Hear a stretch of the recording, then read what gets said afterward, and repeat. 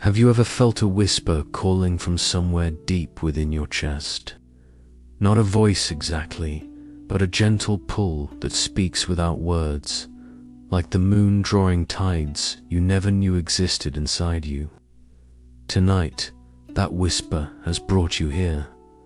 Close your eyes for a moment and breathe. Feel your body settling into this sacred pause. Perhaps you came seeking rest, or meaning, or simply a moment of blessed quiet. Maybe you cannot even name what draws you here, only that something ancient and knowing inside you said yes to this moment. You are not here by accident, dear soul. This is not just a story you are about to hear. This is a doorway opening, a threshold between the world of rushing and the realm of remembering. You are about to enter the temple of your own consciousness, not built of stone and mortar, but woven from silence and breath, from the sacred space that exists between one heartbeat and the next. Imagine now that your mind is a temple, not grand or imposing, but gentle and welcoming. Like a sanctuary you have been unconsciously seeking your entire life. Its walls are made not of marble, but of the softest silence. Its light comes not from candles, but from something warmer, the recognition of what has always been true about you. As you cross the threshold of this inner temple, feel your breath deepening. The air here is different. It carries whispers of ancient wisdom, stories that have been waiting patiently for you to be ready to hear them. In this sacred space, you will not find answers that are foreign to you. Instead, you will remember truths that your soul has always known but perhaps forgotten in the busyness of living. The temple welcomes you with a gentleness that might surprise you. There is no judgment here, no hurry, no need to be anywhere but exactly where you are. Your footsteps echo softly as you walk deeper into this sanctuary of self, and with each step, something inside you begins to unwind. What has been holding its breath within you? What part of your spirit has been waiting for permission to simply be? The temple knows. It has been holding space for this moment, for this returning to yourself. As you move through its sacred halls, you begin to understand that every experience you have ever had, every joy and sorrow, every moment of confusion and clarity, has been leading you here to this recognition of the holy ground that is your own awareness. Feel the weight of the world beginning to lift from your shoulders. Here, in this inner sanctuary, you remember what it feels like to belong completely to yourself. The temple asks nothing of you except your presence. It offers everything in return.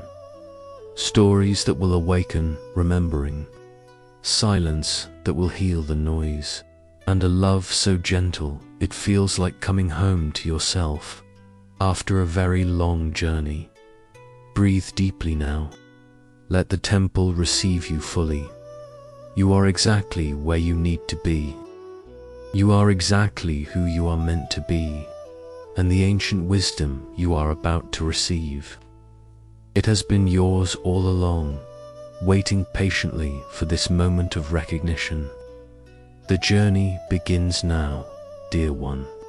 With your next breath, you step deeper into the temple of your own infinite nature. As you move deeper into this temple of consciousness, notice how the very air seems to shimmer with possibility. Each breath you take draws you further from the ordinary world and closer to something timeless that lives within you.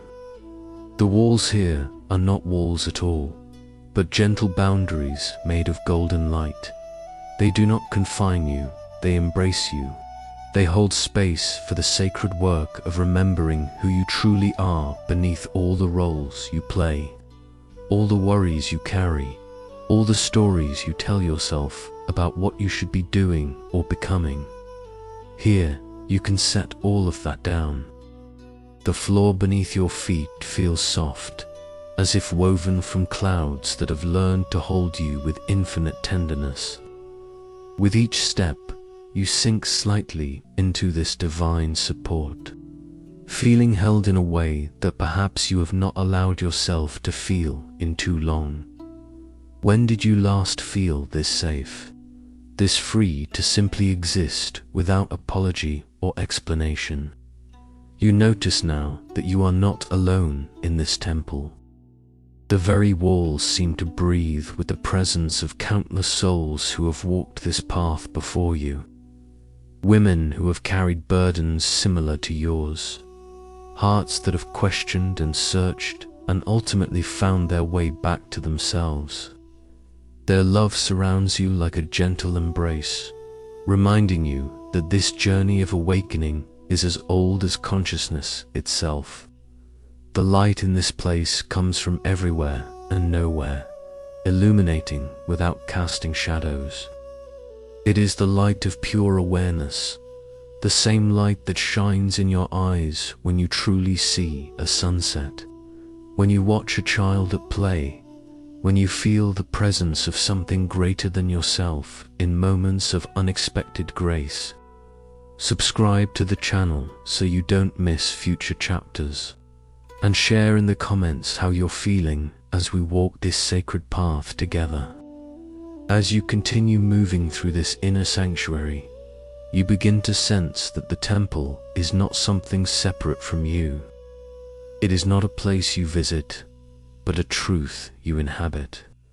Every chamber you enter, every doorway you pass through, reveals another aspect of your own infinite nature. The silence here is not empty. It is full, pregnant with all the wisdom your soul has gathered through countless experiences of loving and losing, of trying and failing, of getting up and beginning again. This silence holds every prayer you have ever whispered, every tear you have ever shed, every moment of joy that has ever surprised you with its sudden appearance. You pause now in a circular chamber where 7 doorways lead in different directions. But you are not lost. Something inside you knows exactly which path to take. It is the same knowing that guided you here, the same inner compass that has been with you through every significant choice you have ever made, even when you thought you were choosing blindly. In the center of this chamber, a fountain of liquid light bubbles gently upward. You approach it and see that the light forms words as it flows, not words in any language you have learned, but words your heart can read perfectly. They speak of your inherent worthiness, your unshakable belonging to the mystery of existence, your right to peace that surpasses all understanding. Cup your hands and drink this liquid light. Feel it flowing through you, awakening every cell to the truth of what you are. You are not broken and in need of fixing. You are not incomplete and searching for missing pieces. You are whole, holy, and held by the same force that spins galaxies and coaxes flowers from seeds. As this truth settles into your being like warm honey, you understand that the temple is preparing you for something beautiful. The next chambers will reveal stories, ancient parables that are really reflections of your own journey back to yourself. Each story will be a mirror, showing you facets of your own wisdom that you may have forgotten in the midst of daily life. Are you ready to meet yourself in these sacred stories? Are you willing to see your own light reflected in the faces of seekers who found what they were looking for in the last place they thought to look within themselves? The temple nods its approval. Your willingness to be here, to listen, to remain open, is all the preparation you need. The stories are ready to unfold, like lotus petals opening in the warmth of your own infinite love. The chamber you enter now feels alive with a different quality of light. Here, the walls are lined with mirrors unlike any you have ever seen. They do not reflect your physical form, but something far more beautiful, the luminous facets of your soul, each one catching and refracting the light of consciousness in ways that take your breath away. These are the mirrors of golden light, and they have been waiting patiently for your arrival. As you approach the first mirror, you see not your face, but the face of every act of kindness you have ever offered. The time you listened to a friend's pain without trying to fix it, the moment you held your child through a fever, your love more powerful than any medicine, the countless small gestures of care you gave without thinking, because compassion flows from you as naturally as breath. This mirror whispers, "See how love moves through you." The second mirror shows you your resilience, but not as you might expect. Instead of seeing the big moments of obvious strength, you see yourself making breakfast on the morning after heartbreak, getting dressed when depression whispered that you should stay in bed, choosing to try again after failure, not because you felt brave, but because something indomitable in you refuses to be diminished by temporary defeats. This mirror whispers, "See how courage lives in your ordinary moments." In the third mirror, you witness your capacity for wonder. You see yourself stopping to watch birds in flight, feeling tears rise at unexpected beauty, marveling at the way sunlight moves through leaves. You see the part of you that has never grown old, never become too sophisticated to be amazed by the simple miracle of existence. This mirror whispers, "See how you have kept your heart open to magic." But perhaps the most surprising mirror shows you something you have never fully recognized. It reflects all the times you have been exactly what someone else needed, often without knowing it. Your laugh that lightened a room, your presence that made someone feel less alone, your very being that reminded others of their own goodness, simply by being authentically yourself. This mirror whispers, "See how your existence blesses the world." As you stand before these mirrors, something profound begins to shift within you. You have spent so much of your life focusing on what you perceive as your flaws, your failures, your not enoughness. But these mirrors reveal a truth that your inner critic has worked overtime to hide from you. You are a walking miracle, a unique expression of consciousness that has never existed before and will never exist again. The golden light from these mirrors begins to merge, creating a warm radiance that fills the entire chamber. You realize that this light is not separate from you, it is you. It is the light of awareness that has been shining through your eyes since the moment you were born. The same awareness that is listening to these words right now. How often do you pause to truly see yourself this way? When did you last look in an ordinary mirror and recognize the sacred being looking back at you? In the center of the chamber, a comfortable chair appears, soft and welcoming, like the favorite reading chair you might have dreamed of as a child. You settle into it and feel held by something larger than yourself, yet intimate as your own breath.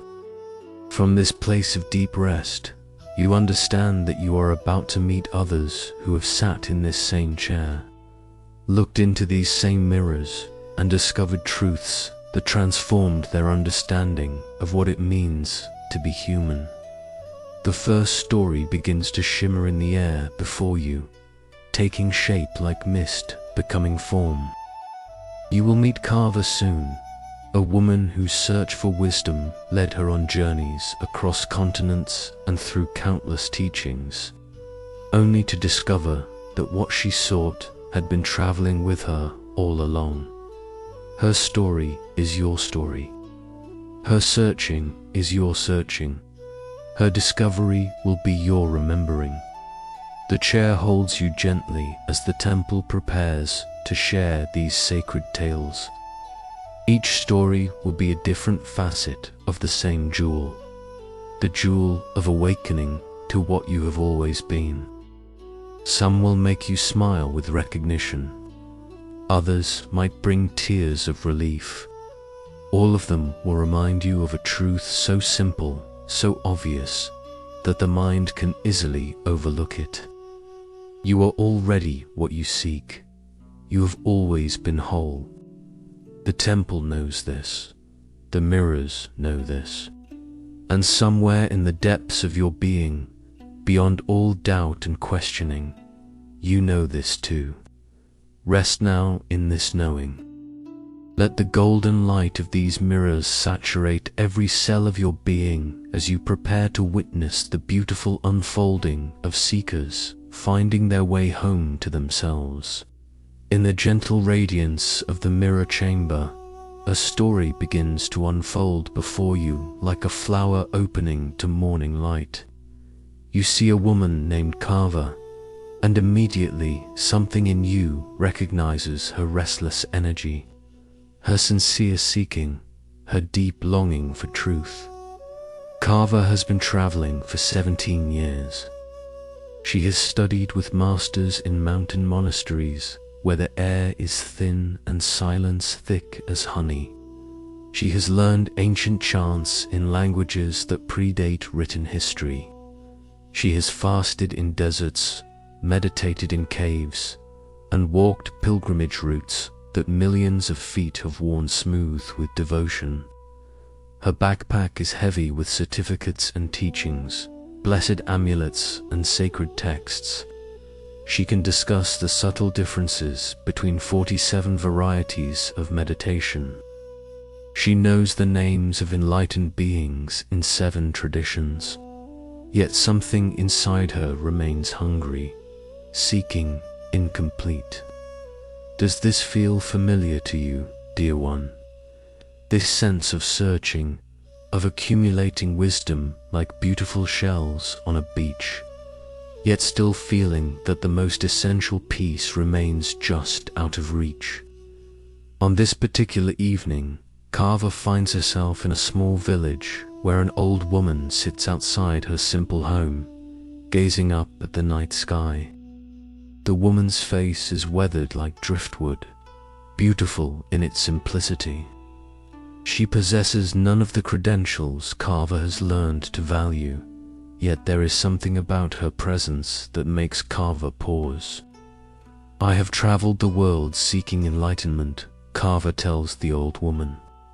"I have studied with the greatest masters, learned the most profound teachings, but I still feel like something is missing. Where should I go next? Who else should I seek out?" The old woman continues looking at the sky for a long moment. Then she raises her hand and points directly at the moon, full and luminous, casting silver light across the village square. "Look," the old woman says simply, "the moon." Carver looks up, expecting some complex teaching about lunar symbolism or cosmic consciousness, but the old woman says nothing more. They sit in silence, both gazing at the moon's serene face. After several minutes, Carver grows restless. "But what does it mean?" she asks. "What is the teaching? What am I supposed to understand?" The old woman smiles, and in that smile, Carver sees something that stops her questioning mind entirely. It is not the smile of someone who possesses secret knowledge. It is the smile of someone who has forgotten the difference between the seeker and the sought. "Dear child," the old woman says gently, You have spent 17 years looking at fingers pointing at the moon. Masters in caves, teachers in temples, books and practices and pilgrimages, all of them just fingers pointing. But you came here tonight and asked me the same question you have asked 100 times before, so I decided to point directly at the moon itself. Carver feels something shift inside her, like a door opening that she did not even know was closed. Every master you have studied with, the old woman continues. Every teaching you have received, every insight you have gained, they were all reflections of the same moon. The moon that has been shining in your own consciousness since the day you were born. You have been seeking it everywhere except the one place it has always been, in the very awareness that is looking. In that moment, sitting in a simple village square with an unknown old woman, Carver understands. All those years of searching, all those masters and teachings and practices, they had been like mirrors, reflecting back to her the light that was already shining in her own being. She had been looking for the source of light by studying its reflections, never realizing she could simply look up and see the moon itself. How many times in your own life have you felt this way, seeking in books and workshops and teachers for something that is closer to you than your own breath, looking everywhere for home, while home looks out through your own eyes? Carver begins to laugh, not with amusement, but with the deep relief of someone who has been carrying a heavy burden and suddenly realizes she can set it down. All those years, all that searching, all that accumulation of spiritual knowledge, none of it had been wrong or wasted. It had all been preparation for this moment of recognition. She looks at the old woman with tears of gratitude in her eyes. How can I thank you for this teaching? The old woman's eyes twinkle, the same way the moon thanks the sun by shining.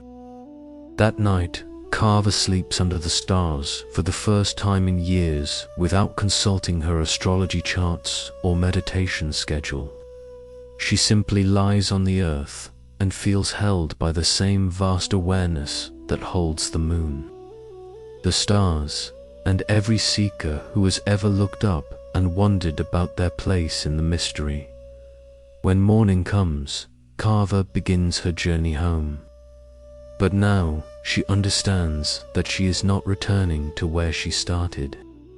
She is returning as someone who finally knows that she never left home in the first place. The seeking was never about finding something missing. It was about remembering what was never lost.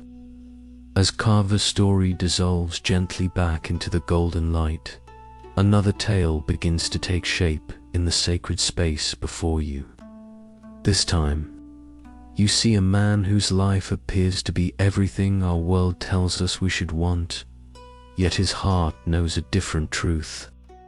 Meet Bahram, a successful merchant whose warehouses overflow with treasures from distant lands. Silk from China, spices from India, jewels from mines deep in the earth. His name is spoken with respect in every market from here to the horizon. When people think of abundance, they think of Bahram. Yet each morning, Bahram wakes with a peculiar emptiness in his chest, as if all his wealth cannot fill a space inside him that grows larger with each acquisition. Have you ever felt this way, dear soul? Perhaps not with material riches, but with achievements, or recognition, or even spiritual practices. That sense that no matter how much you gather, something essential remains elusive. On this day, Bahram is traveling to examine a new shipment of precious stones when his elaborate caravan encounters a simple man walking the same dusty road. The man carries nothing but a small water gourd and walks with the unhurried pace of someone who has nowhere urgent to be. Bahram, sweating under his fine robes in the desert heat, watches this traveler with curiosity. The man seems genuinely happy, not the forced happiness of someone trying to convince themselves, but the natural contentment of a clear spring bubbling up from underground. When they stop to rest in the shade of an ancient tree, Bahram cannot contain his puzzlement. "Friend," he says, "I own ships full of treasures, houses in 7 cities, and enough wealth to buy anything my heart desires. Yet I wake each day feeling somehow empty. You seem to own nothing at all, yet you walk with such peace. What is your secret?" The stranger offers Bahram water from his simple gourd. The water is warm and slightly dusty, nothing like the filtered, chilled drinks Bahram is accustomed to. Yet, as he sips it, something remarkable happens. For the first time in months, Bahram actually tastes what he is drinking. He feels the water's journey down his throat, the way it satisfies his thirst, the simple miracle of liquid becoming part of his body. "This water," Bahram says with surprise, "it tastes incredible." The stranger smiles. "It is the same water I drink every day from any well or stream I find. But I suspect this may be the first time in a long while that you have truly tasted anything you are drinking." Bahram pauses, recognizing an uncomfortable truth. When did he last actually taste his food? When did he last feel the texture of fabric against his skin, or notice the way morning light fills a room, or hear the sound of his own laughter? "You asked for my secret," the stranger continues gently. "Here it is. I have learned to be wealthy in ways that cannot be stolen or lost. I am rich in the taste of simple water, wealthy in the feeling of sun on my skin, abundant in the gift of this moment that asks nothing of me but my presence." As if to demonstrate, the stranger leans back against the tree and closes his eyes, breathing deeply. His face relaxes into an expression of such deep satisfaction that Bahram feels envious. Here is a man drinking from the fountain of contentment that Bahram has been seeking in all the wrong places. "But surely," Bahram protests, "you must want more than this. Security, comfort, beautiful things, the respect of others." The stranger opens his eyes and looks at Bahram with infinite kindness. "Dear friend, I already have more beauty surrounding me than I could experience in 1,000 lifetimes. Look." He gestures to the tree above them, its leaves dancing in the breeze. "Can you purchase anything more beautiful than this? I have all the security I need in knowing that each breath is a gift. I have all the comfort I need in learning to be at home in my own skin." Bahram follows the stranger's gaze upward and sees the tree as if for the first time. The way light filters through the leaves, creating patterns of gold and green. The gentle movement that seems like the tree is breathing along with them. The birds that have made their homes in its branches, singing songs of pure contentment. When did he stop seeing such things? When did the accumulation of wealth become more important than the wealth that was already freely given? That evening, when Bahram returns to his elaborate tent, he decides to try an experiment. Instead of immediately checking his ledgers and planning tomorrow's business, he sits quietly and simply experiences where he is. He feels the soft carpets beneath him, really feels them. He tastes his dinner slowly, noticing flavors he had been too busy to appreciate. he listens to the sounds of the desert night wind moving through sand, the distant call of night birds, the gentle breathing of his own body. For the first time in years, Bahram feels truly rich. The next morning, he wakes before dawn not to check his accounts, but to watch the sunrise. As light slowly fills the sky with colors no amount of money could purchase, Bahram understands what the stranger was trying to tell him. Abundance is not about accumulating more. It is about appreciating what is. From that day forward, Bahram continues his work as a merchant, but with a transformed heart.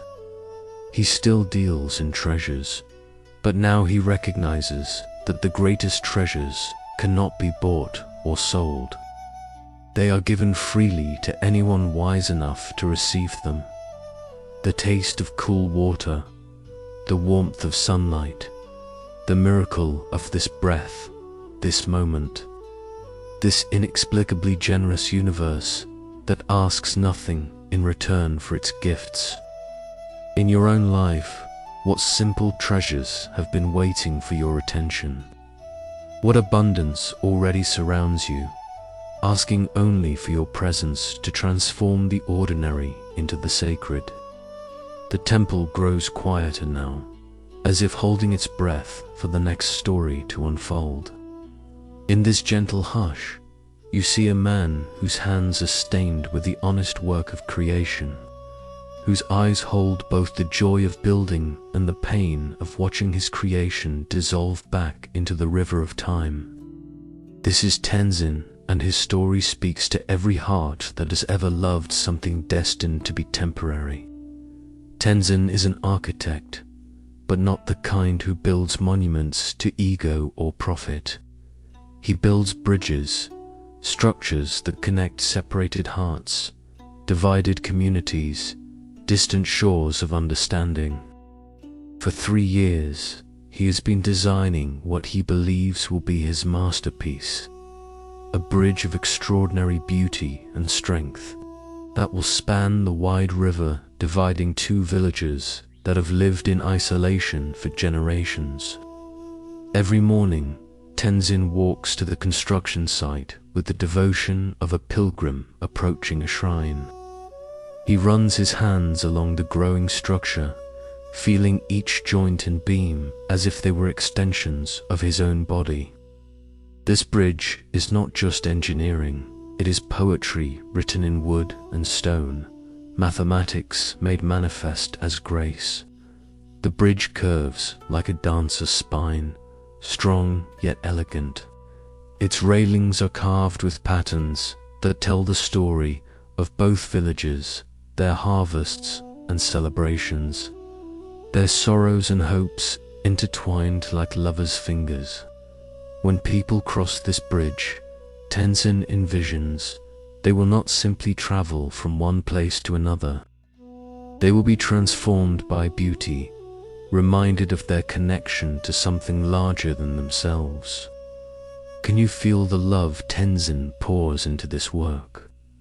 Have you ever created something, raised a child, tended a garden, written a letter, prepared a meal with such complete devotion that it felt like prayer made visible? On the day of the bridge's completion, the entire region gathers for the celebration. Children run laughing across the spans, while their parents marvel at the intricate carvings. Elderly people who had never crossed the river weep with joy as they embrace relatives they had not seen in decades. The bridge is everything Tenzin dreamed it would be, not just a structure, but a living symbol of connection and hope. That night, Tenzin stands alone on his bridge, watching the moon's reflection dance in the water below. He feels a deep satisfaction, the kind that comes only from knowing you have given your absolute best to something worthy. This bridge will outlast him, he thinks. Children not yet born will run across these spans. Love stories will begin with meetings on this bridge. It will stand as a testament to the human capacity to create beauty that serves. For 3 perfect months, the bridge fulfills every purpose Tenzin imagined. The 2 villagers grow closer, trade flourishes, and children grow up believing that connection across differences is simply the natural way of things. Then comes the storm. It rains for 7 days and 7 nights, the kind of deluge that comes perhaps once in a century. The river swells beyond anything in recorded memory, carrying entire trees in its angry current. On the 7th night, Tenzin stands on the shore, watching in helpless horror as his beloved bridge, his 3 years of devotion, his gift to the future, is overwhelmed by forces beyond any human engineering. In the space of 1 terrible hour, the bridge is gone. Not damaged, not partially destroyed, but completely erased, as if it had never existed at all. Tenzin collapses to his knees in the mud, feeling as if his heart itself has been washed away. All those months of careful planning, all those days of loving labor, all those dreams of the good his bridge would do, all of it swept away by the indifferent power of nature. For weeks, Tenzin cannot eat, cannot sleep, cannot find meaning in anything. The villagers offer him sympathy and promises to rebuild, but their words sound hollow to his grieving heart. How can he invest such love in something temporary again? How can anyone create anything meaningful in a world where destruction is always stronger than construction? One morning, as he sits by the empty space where his bridge once stood, an old woman approaches. She is one of the villagers who had crossed the bridge many times during its brief existence. "Master Tenzin," she says gently, "I wanted to thank you." Tenzin looks up with confusion. "Thank me? For what? My bridge is gone. My work was meaningless." The old woman sits beside him in the mud, her eyes soft with wisdom. "Your bridge is not gone," she says. "It lives in my granddaughter, who met her husband while crossing it. It lives in the traders who learned to trust each other because your bridge made them neighbors instead of strangers. It lives in all of us who discovered that beautiful things are possible, even if they don't last forever." She points to where children are playing by the water's edge. "See how those children play together now. Before your bridge, children from the 2 villages never played together. You didn't just build a bridge over water, you built a bridge between hearts. That bridge will never be washed away." Tenzin feels something crack open in his chest, not breaking, but opening like a seed that has been underground too long. "But it was supposed to last," he whispers. "I built it to endure." The old woman smiles. "And it has endured, just not in the way you expected. The most important bridges we build are not made of wood and stone. They are made of moments when hearts connect, when strangers become friends, when love overcomes fear. These bridges are built every time someone crosses from loneliness to connection, from despair to hope. In that moment, Tenzin understands something that transforms his grief into gratitude. The value of what we create is not measured by its duration, but by its depth of impact. His bridge had done its work perfectly in 3 months, not despite its temporary nature, but because of it. The villagers had cherished it precisely because they sensed it was precious and fragile, like all beautiful things. From that day forward, Tenzin builds differently. He still pours love into his constructions, but he no longer grasps for permanence. He builds, knowing that everything he creates will eventually return to the earth, And this knowledge makes each project more precious, not less. What in your own life have you avoided loving fully because you feared losing it? What bridge between hearts are you being called to build, even knowing it may not last forever? The temple whispers that every act of love is a bridge, every moment of connection a sacred architecture that nothing can truly destroy. As Tenzin's story settles into your heart like seeds finding fertile ground, the very walls of the temple begin to shift around you. The golden mirrors fade, and the solid floor beneath your feet becomes soft as meadow grass.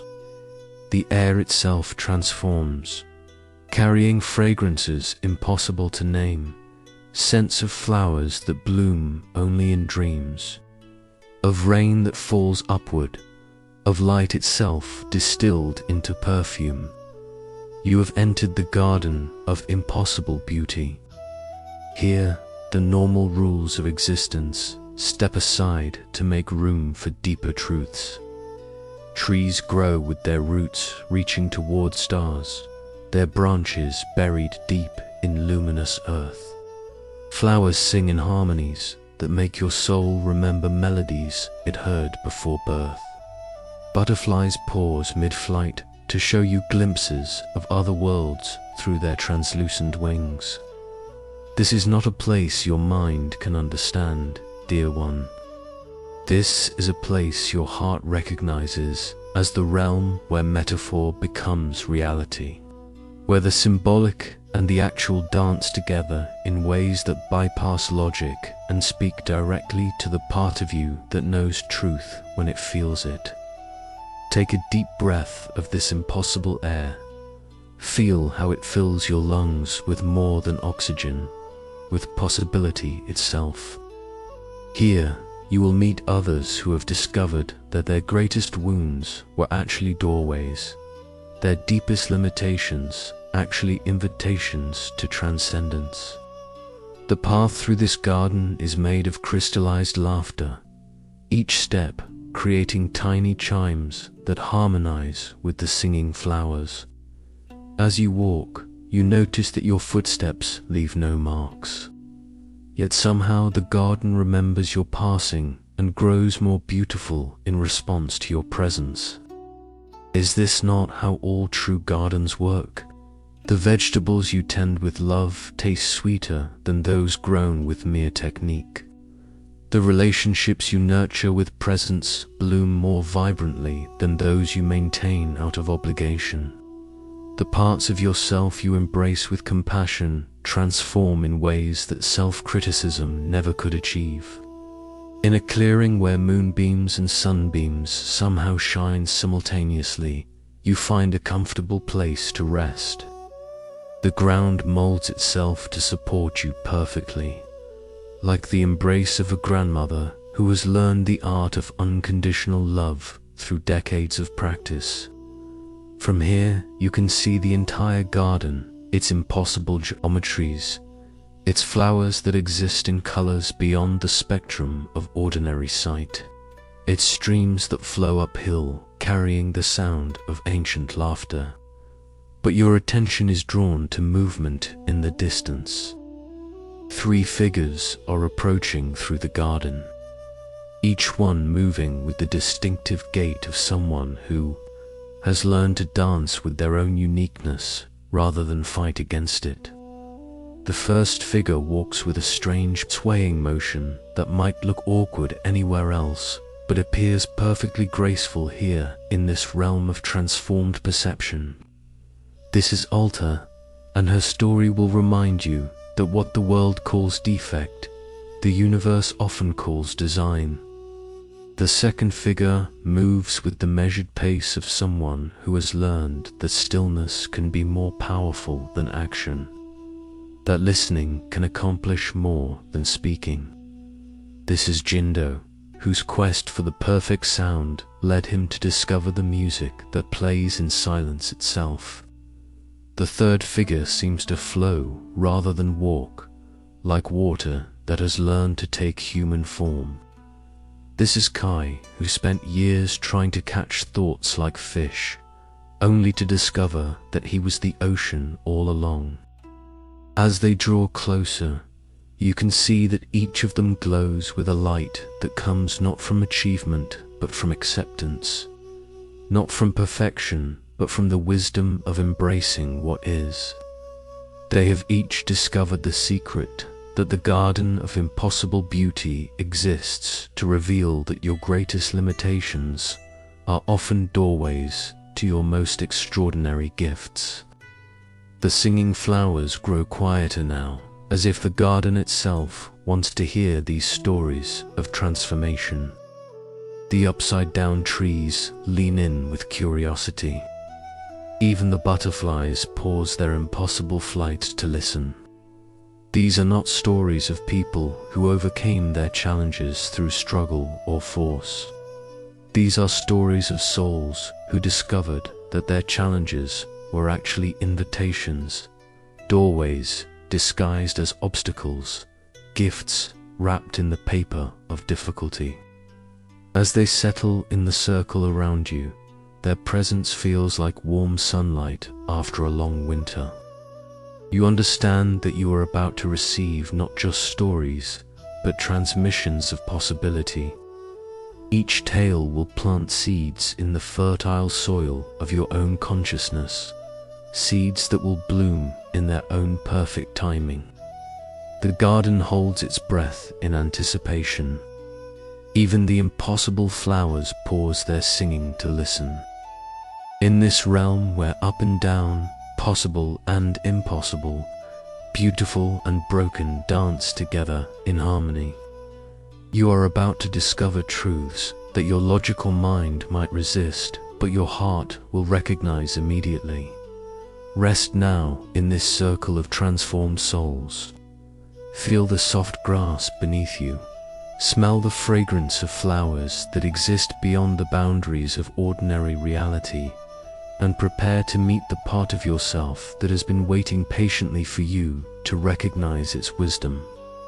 In the gentle circle of impossible light, Ulta's presence draws your attention first. There is something about the way she moves, a graceful swaying that speaks of deep roots and flexible strength. As she settles into the circle, you notice that, even here in the garden of impossible beauty, she appears different from what you might expect. Ulta's story begins in an ordinary forest, in a time when conformity was valued above all else. She was born as a tree, but not the kind of tree the forest expected. While all the other trees grew in the proper direction, roots deep into the earth, branches reaching toward the sky, Ulta grew differently. Her roots reached upward, seeking light, while her branches grew downward, seeking earth. To everyone who saw her, she appeared upside down, backwards, wrong. Can you imagine the loneliness of being different in a world that values sameness? Have you ever felt misunderstood, as if your natural way of being was somehow incorrect?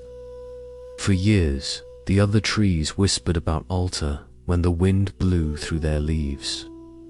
Poor thing, they murmured. If only she could grow properly like the rest of us. Some of the younger trees even laughed at her unusual appearance, calling her the backwards tree and the mistake of the forest.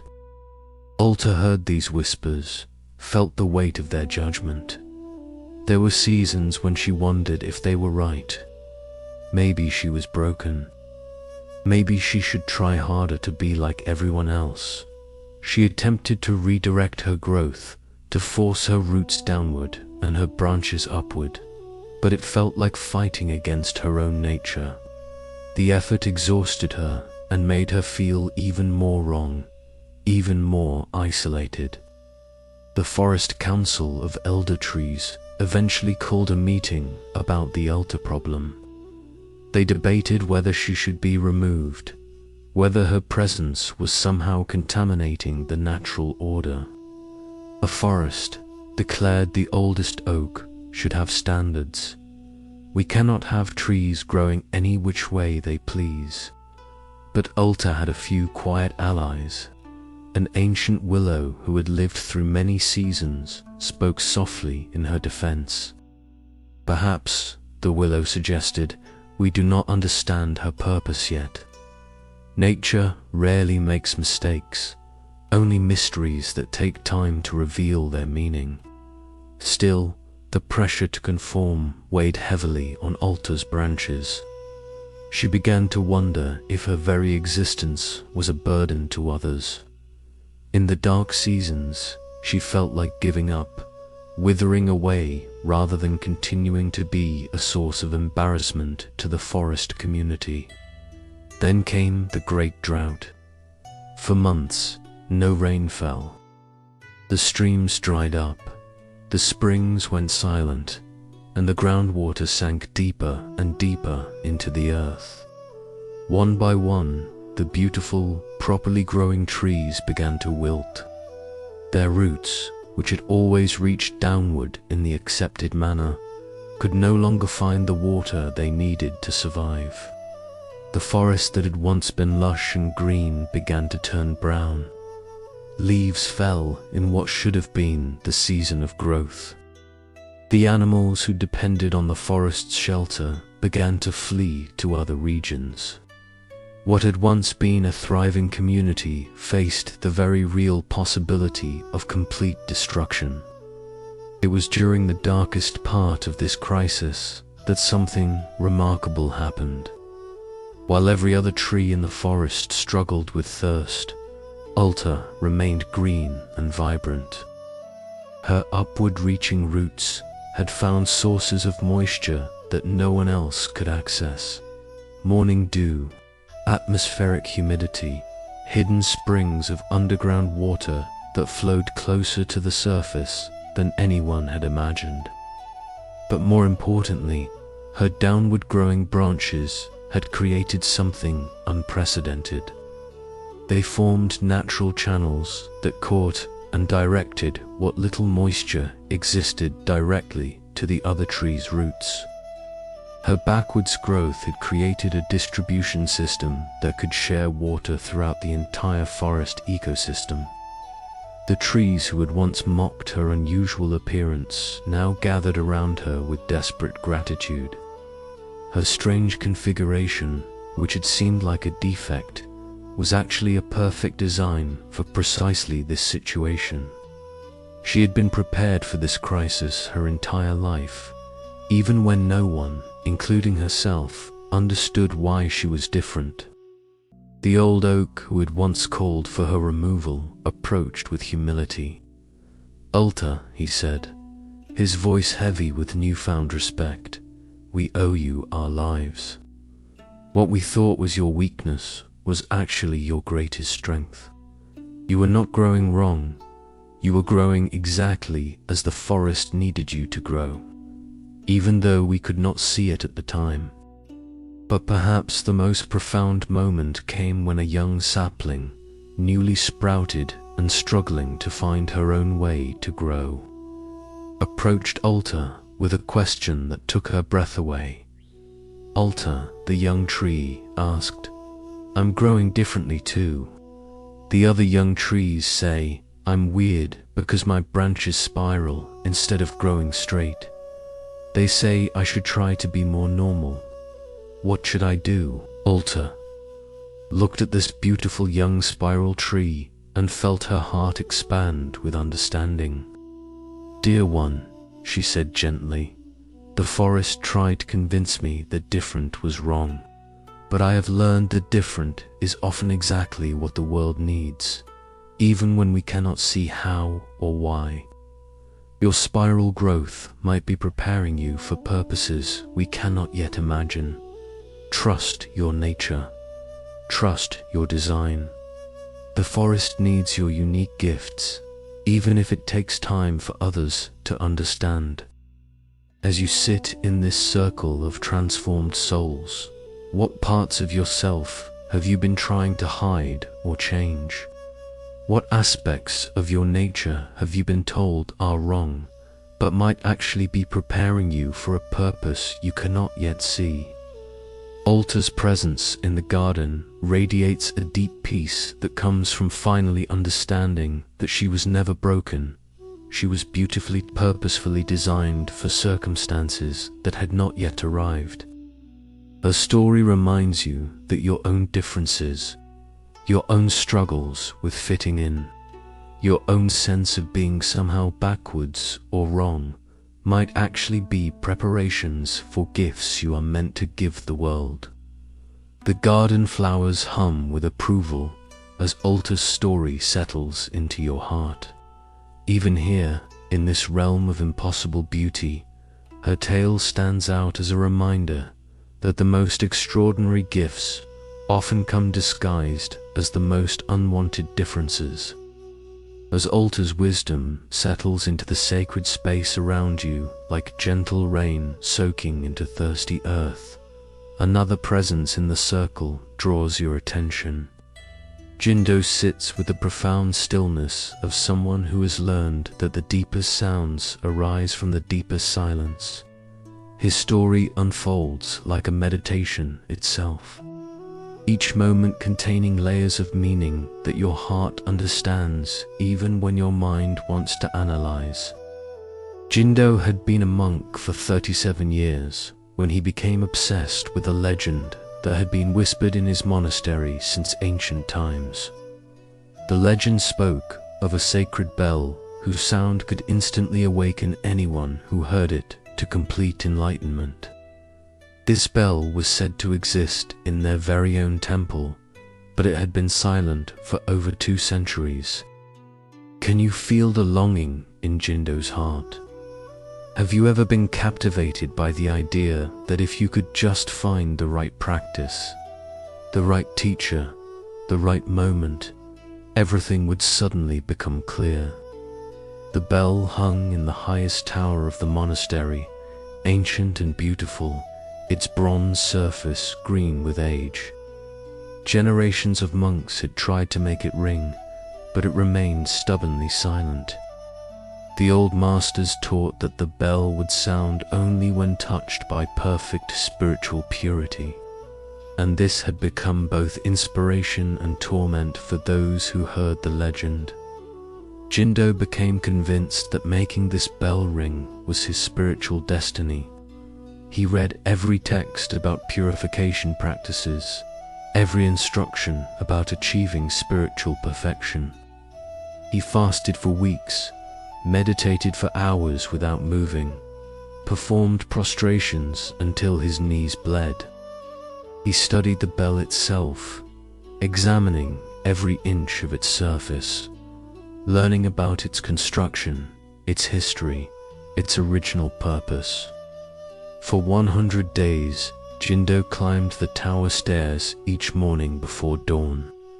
He would sit before the bell in perfect meditation posture, his mind focused with laser-like intensity on achieving the state of purity that would surely make the bell sing its song of awakening. Some mornings he felt close to breakthrough. His meditation seemed deeper, his mind clearer, his heart more open. He would approach the bell with trembling hands, certain that this would be the moment. But no matter how he touched it, how he struck it, how he breathed upon it, the bell remained silent. Other mornings brought only frustration and self-doubt. He would climb those stairs feeling like a failure, wondering if he was fundamentally too impure, too ordinary, too spiritually immature to ever achieve what the legend promised. The weight of his striving began to feel heavier than the bell itself. On the 99th day, Jindo's teacher, an ancient woman who rarely spoke, climbed the tower to sit with him. She found him in tears before the silent bell, his 100 days of effort seeming to have brought him no closer to his goal. "Master," Jindo whispered, "I have given everything to this quest. I have purified my diet, my thoughts, my intentions. I have meditated until I forgot I had a body. I have studied every teaching about spiritual achievement, yet the bell remains as silent as if I had never tried at all. What am I missing? What more must I do? The old teacher sat beside him in silence for a long time, simply breathing with him in the presence of the ancient bell. Finally, she spoke, her voice so soft it seemed like the whisper of wind through leaves.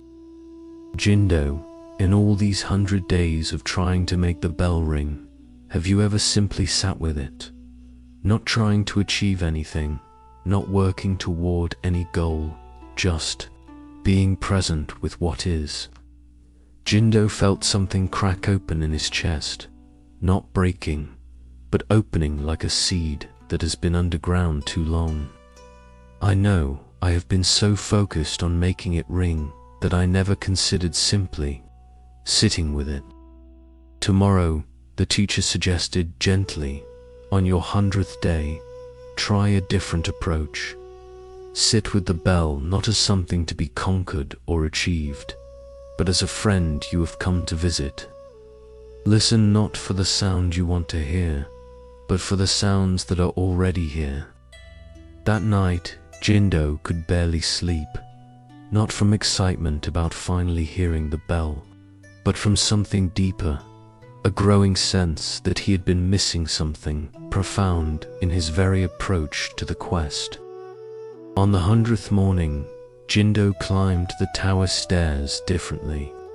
Instead of determination and spiritual ambition, he carried only curiosity and openness. Instead of sitting in meditation posture with perfect form, he simply settled beside the bell like an old friend coming to visit. He did not try to achieve any particular state of mind. He did not work to purify his thoughts or perfect his intentions. He simply sat, breathing naturally, listening to what was already there. And what he heard took his breath away. He heard the subtle whisper of wind moving through the tower. He heard the distant chanting of morning prayers floating up from the monastery below. He heard his own heartbeat, steady and rhythmic as any meditation bell. He heard the bell itself, not ringing, but humming, almost inaudibly, with the vibrations of the whole monastery, the whole mountainside, the whole universe breathing around it. In that moment of simply listening without agenda, Jindo heard something more profound than any bell could sound. He heard the music of pure presence, the symphony of existence itself, the sound of consciousness simply being aware without needing to achieve or become anything other than what it already was. The realization that washed over him was not dramatic or thunderous. It was gentle as morning light, obvious as breathing. He had been seeking in sound what was already present in silence. He had been trying to achieve through effort what could only be received through surrender. The bell never did ring that day, but Jindo finally heard what it had been pointing toward all along, the sound of his own essential nature, which needed no bell to announce it, no achievement to validate it, no legend to make it real. When he descended the tower stairs that morning, his teacher was waiting with a knowing smile. "Did you hear it?" she asked. Jindo paused, understanding that she was not asking about the bell. "Yes," he said softly. "I heard it. I had been listening with my ears when I needed to listen with my being." From that day forward, Jindo continued to visit the bell each morning, but not to make it ring. He went to sit in the presence of that profound silence, to remember again and again that what he sought had never been missing, only unnoticed in his efforts to find it. What have you been trying so hard to achieve that you might have missed what is already present? What sound of awakening might be humming softly in the silence of your own being, waiting not for accomplishment, but for simple recognition? The garden grows even more luminous as Jindo's story dissolves into the gentle hum of presence that fills this sacred space. Now, the third figure in your circle leans forward slightly, and you sense in Kai the fluid movement of someone who has discovered they are not separate from the currents of existence, but are the very ocean in which all currents arise. Kai's story speaks to anyone who has ever felt overwhelmed by the constant flow of thoughts. Anyone who has believed they must control their inner world to find peace. For most of his adult life, Kai had been a fisherman, but not the kind who cast nets into rivers or oceans. Kai was a fisherman of thoughts. He spent his days trying to catch and control the endless stream of mental activity that flowed through his consciousness from morning until night. His meditation teachers had told him that a peaceful mind was a controlled mind, that enlightenment came to those who could master their thoughts completely. So Kai approached his inner life like an expert angler, developing increasingly sophisticated techniques for catching wayward thoughts and bringing them under his dominion. Have you ever felt this way about your own mind? As if the constant stream of thoughts was something you should be able to control, organize, or perfect. Kai had special meditation techniques for different types of thoughts. Worried thoughts required one approach, angry thoughts another. Happy thoughts were easier to manage, but he had learned not to trust them either. They could quickly transform into other emotions if he was not vigilant. He kept detailed journals tracking his mental patterns. He knew exactly which thoughts arose most frequently, which meditation postures worked best for different mental states, which breathing techniques could slow the flow of mental activity most effectively. His spiritual practice had become as complex and demanding as any profession. For years, this approach seemed to work. Kai became known in his community as someone with exceptional mental discipline. Other seekers came to him for advice about handling difficult emotions and chaotic thoughts. He taught workshops on mind mastery and thought control, and his students respected his apparent ability to maintain equanimity under any circumstances. But privately, Kai was exhausted. The constant effort of monitoring and managing his inner life left him feeling like a security guard who could never leave his post. Even in sleep, part of him remained alert, ready to catch and redirect any dreams that might disturb his carefully maintained mental equilibrium. The turning point came during a meditation retreat where Kai met an elderly woman named Lakshmi, whose presence radiated a peace so natural it seemed effortless.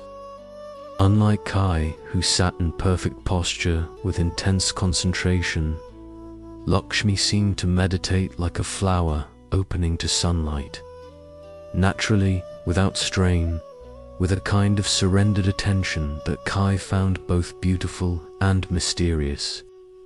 During a break in the retreat schedule, Kai approached Lakshmi with curiosity. "Excuse me," he said respectfully. "I have been studying meditation for many years, and I am impressed by your obvious mastery.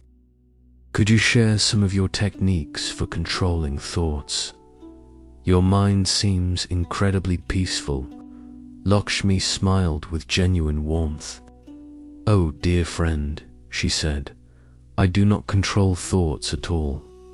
I learned long ago that trying to control thoughts is like trying to control the waves of the ocean while standing in the water." Kai felt confused.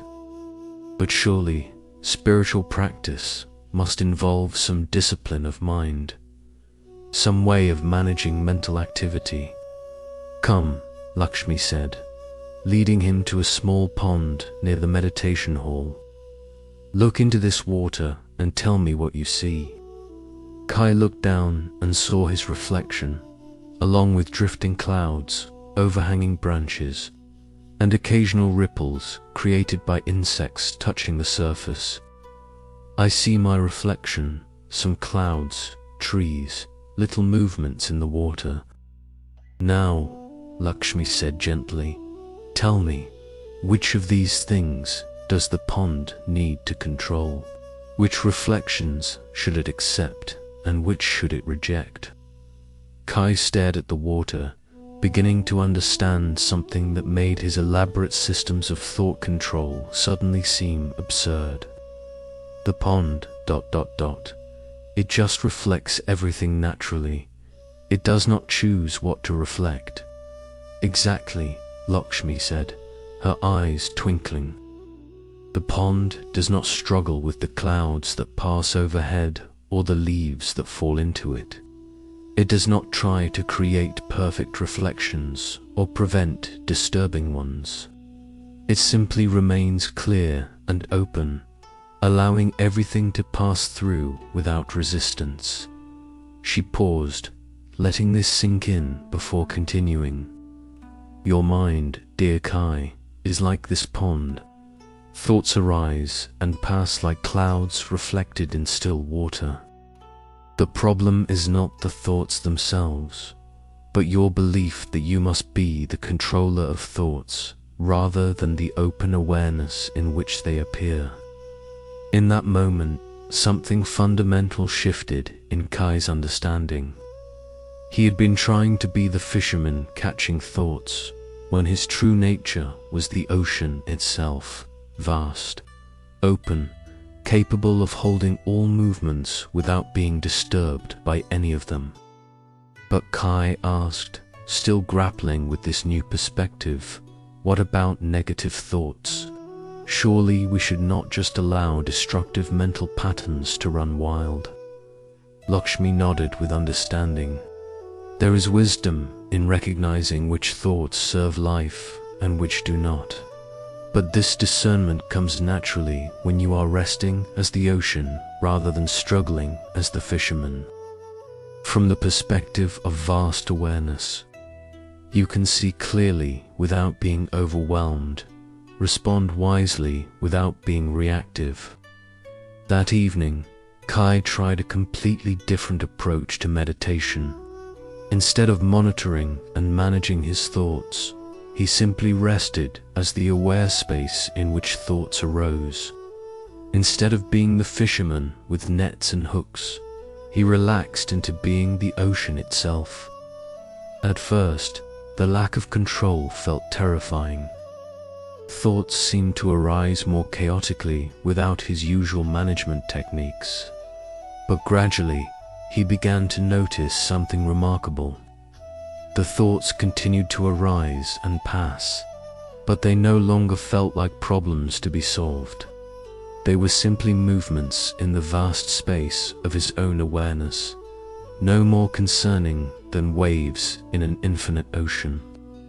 Over the following months, Kai discovered that this approach was not only more peaceful, but actually more effective. When he stopped fighting his thoughts, he could see them more clearly. When he stopped trying to control his emotions, he could respond to them more wisely. When he relaxed into being the ocean rather than the fisherman, everything became easier, more natural, more aligned with his deepest wisdom. His wife was the first to notice the change. "You seem so much more yourself lately," she told him one evening. "More relaxed, but also more present. Whatever you are doing in your meditation practice, it is working beautifully."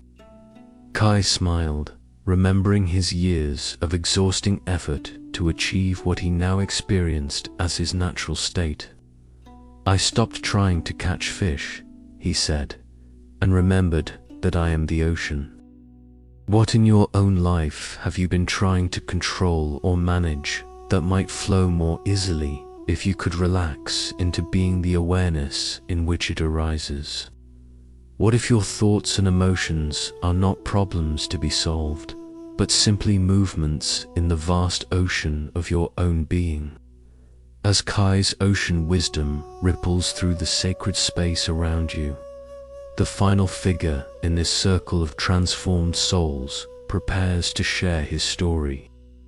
Soto moves with the gentle presence of someone who has learned the profound difference between seeking and finding, between chasing and receiving. His tale unfolds like a gentle breeze that carries with it the fragrance of surrender and the sweet recognition that what we most desperately pursue often comes to us only when we learn to be still.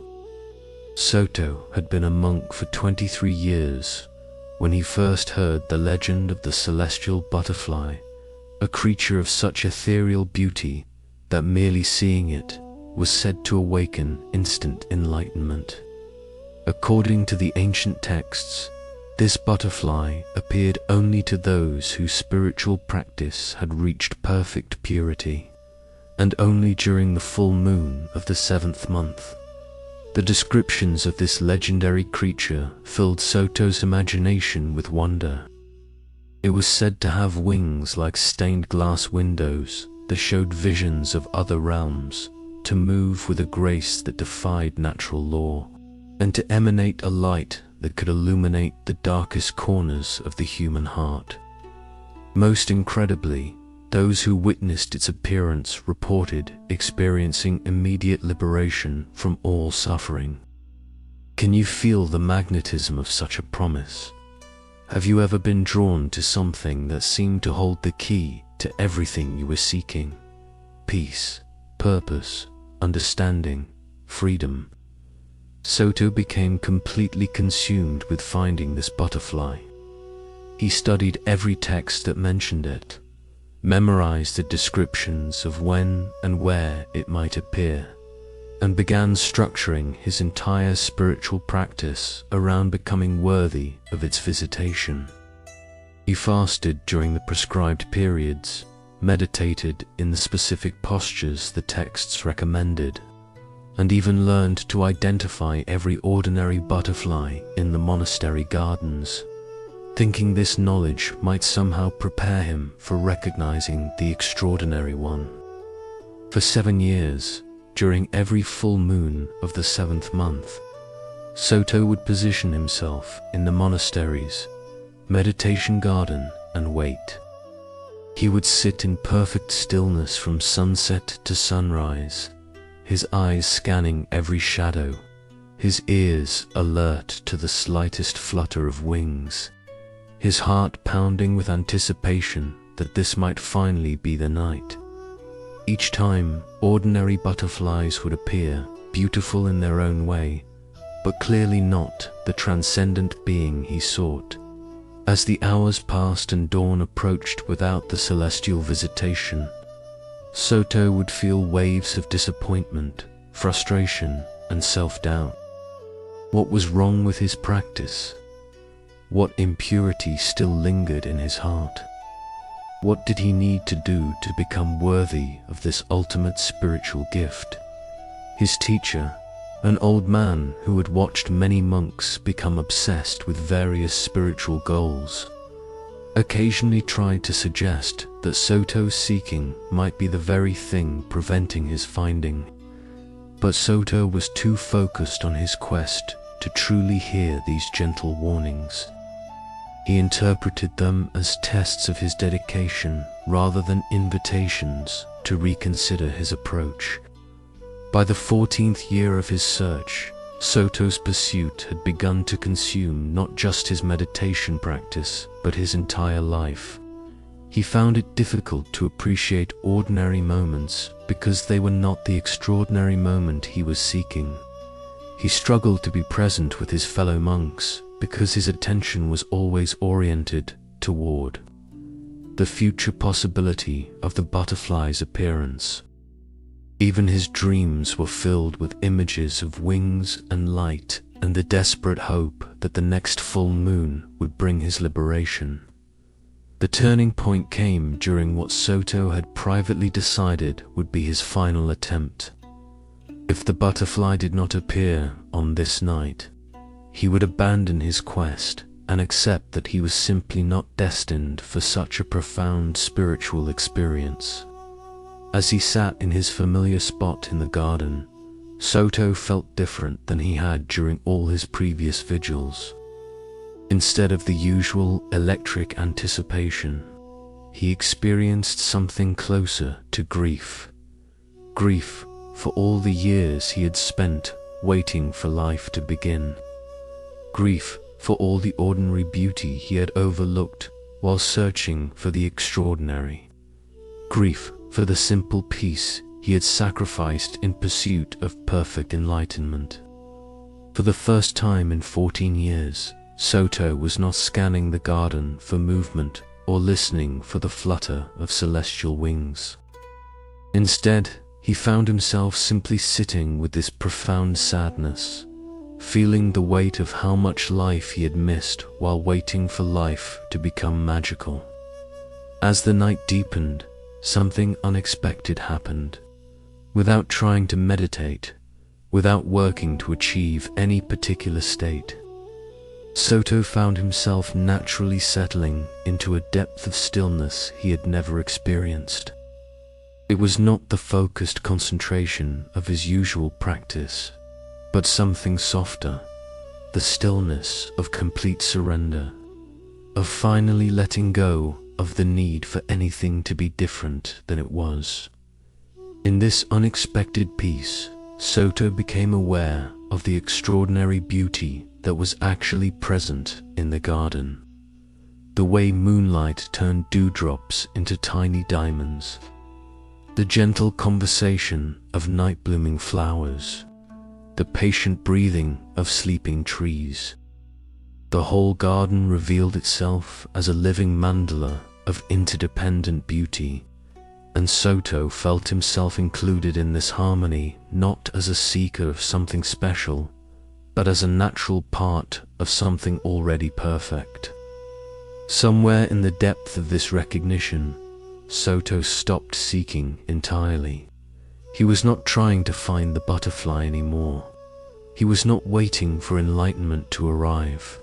He was simply present with what was, and what was seemed somehow more than enough. It was in this moment of complete surrender that he felt, rather than saw, a gentle presence near his left shoulder. Without moving, without disturbing the profound stillness that had settled over him like a blessing, Soto became aware that something luminous and delicate had landed on his robe. The celestial butterfly had found him. But here is what surprised Soto most. He felt no triumph, no sense of finally achieving his goal, no dramatic enlightenment experience. Instead, he felt only a quiet recognition, as if he was meeting something he had always known. The butterfly's presence seemed to confirm not that he had finally become worthy of a special spiritual experience, but that he had remembered his inherent worthiness to participate in the ordinary miracle of existence. They sat together in silence as the moon traveled its arc across the sky. The butterfly did not emanate supernatural light or show him visions of other realms. Its gift was simpler and more profound. It reflected back to him the beauty of his own natural presence when he was not striving to be anything other than what he was. As dawn approached, the butterfly lifted gently from his shoulder and disappeared into the morning light. Soto understood that it had not left him. It had shown him where it had always been. Not in some future moment of achievement, but in the still awareness that was his own essential nature, available in any moment when he stopped seeking long enough to recognize what was already here. From that morning forward, Soto's practice transformed completely. He continued to meditate, but not to achieve anything or find anything missing. He meditated to remember, again and again, that what he had spent years seeking was what he had never actually lost. What in your own life might be waiting for you to stop chasing it so it can finally land on your shoulder?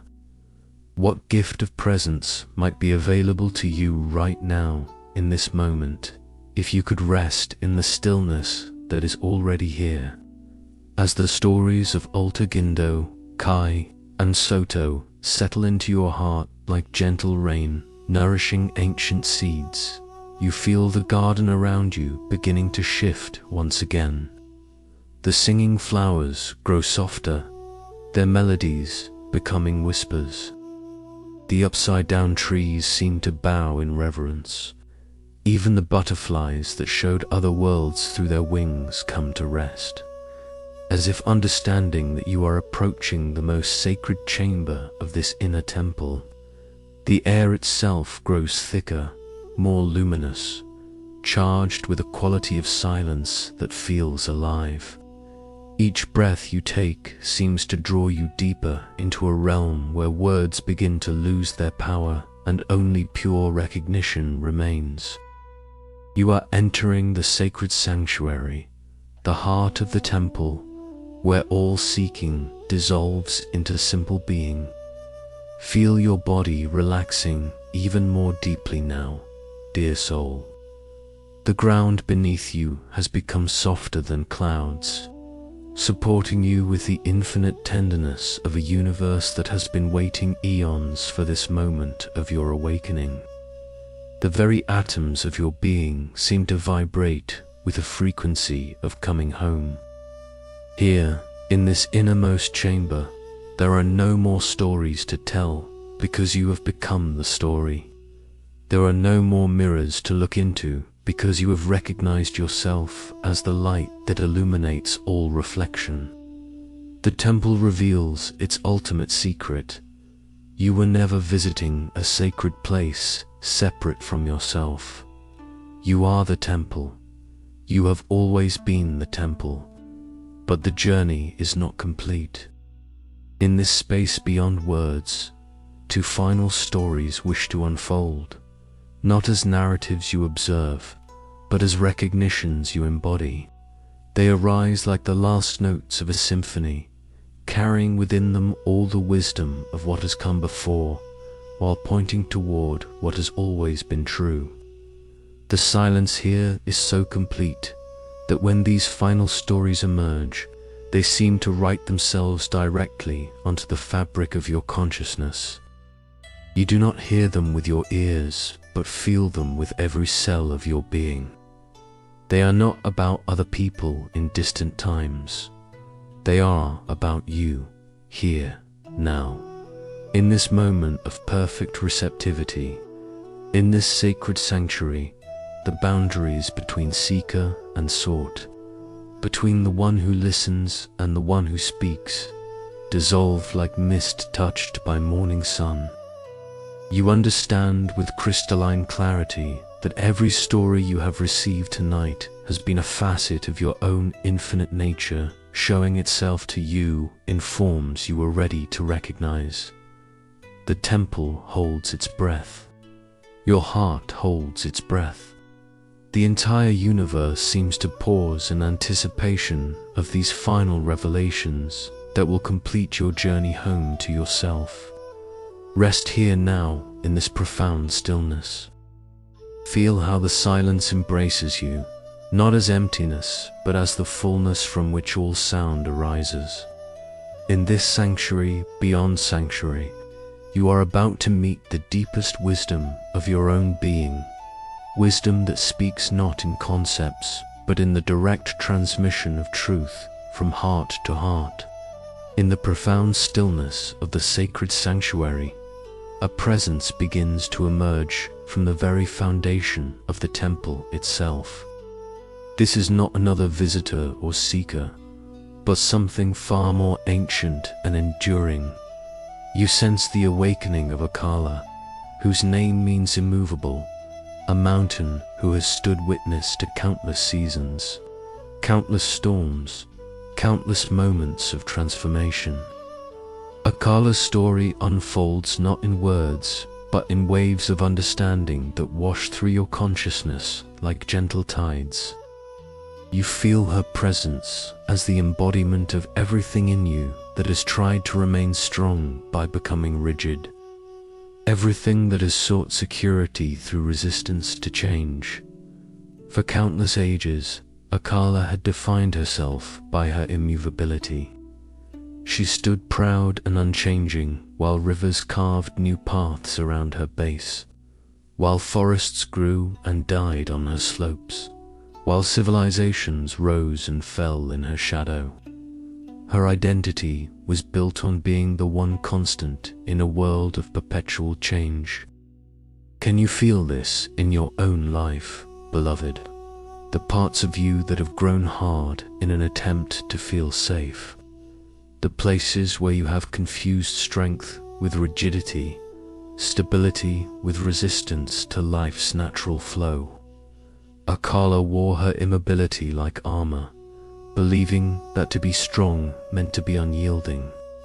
When gentle rains fell, she shed them quickly, refusing to let them penetrate her rocky exterior. When winds blew, she stood firm against them rather than dancing with their movement. When seasons changed, she remained exactly as she had always been, proud of her consistency in an inconsistent world. This approach served Akala well for millennia. Other mountains crumbled under pressure, but she endured. Rivers diverted around her rather than wearing her down. She became legendary for her permanence, and other geological formations looked to her as a model of how to withstand the forces of change. But then came the great earthquake. It began as a deep rumbling, a movement in the very bones of the earth that had given birth to Akala eons ago.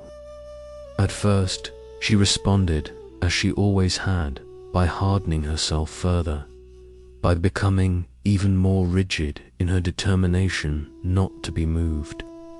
She had survived countless smaller tremors this way, and she was confident that her strategy of absolute resistance would see her through this challenge as well. But this earthquake was different.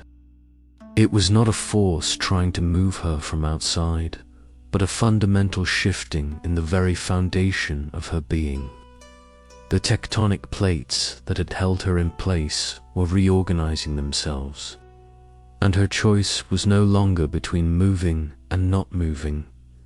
It was between moving gracefully or being shattered by her own resistance. As the shaking intensified, Akala felt cracks beginning to appear in her previously impenetrable surface. Her strategy of absolute rigidity, which had served her for so long, was now threatening to destroy her completely. Each crack spread further as she fought against the movement that wanted to flow through her. In a moment of profound crisis, as she felt herself beginning to fracture under the strain of her own resistance, Akala experienced something she had never allowed herself to feel before: surrender. Not the surrender of defeat, but the surrender of someone finally understanding that there might be another way to be strong. Instead of hardening against the earthquake's movement, Akala made the most terrifying and liberating choice of her existence.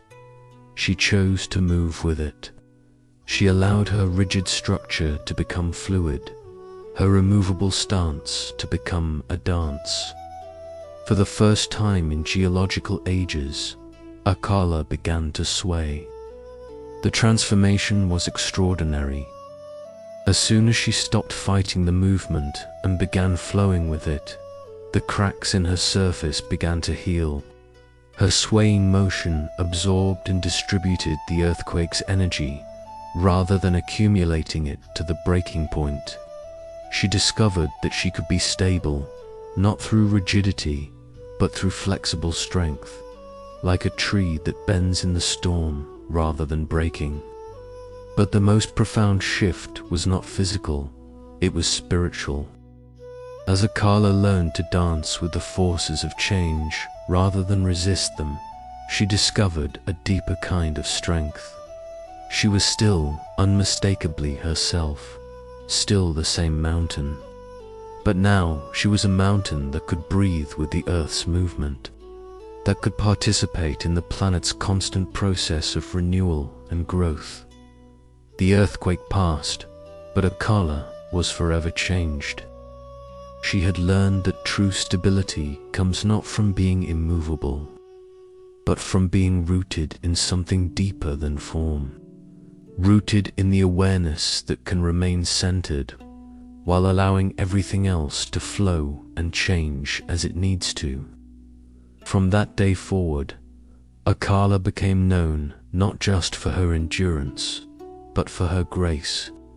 She moved with the seasons now, expanding slightly in summer's warmth, contracting gently in winter's cold.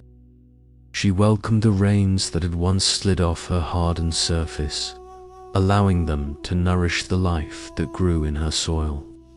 She became home to creatures and plants that needed not just her strength, but her flexibility. Other mountains began to learn from her example. They saw that it was possible to be both strong and supple, both enduring and responsive. Akala had discovered the secret that ancient martial artists knew, that the greatest strength comes from learning to yield at the right moment, to bend without breaking, to remain centered while dancing with the forces of life. As you rest in this sacred sanctuary, what parts of your own life have become rigid in an attempt to feel secure? Where have you confused strength with hardness, protection with resistance? What would it feel like to find your center and sway with life's movements rather than bracing against them? Akala's presence fills the sanctuary now with the wisdom of flexible strength. Her story reminds you that you can remain deeply rooted in who you are while allowing yourself to grow, change, and respond to life's inevitable movements with grace instead of resistance. The temple itself seems to breathe more deeply as this understanding settles into your bones. You are learning the mountain's secret, that the deepest stability comes not from becoming unmovable, but from finding the stillness within yourself that remains peaceful even while everything flows and changes around it. In the luminous depths of the sacred sanctuary, as Akala's wisdom of flexible strength settles into your very bones, another presence begins to shimmer into awareness.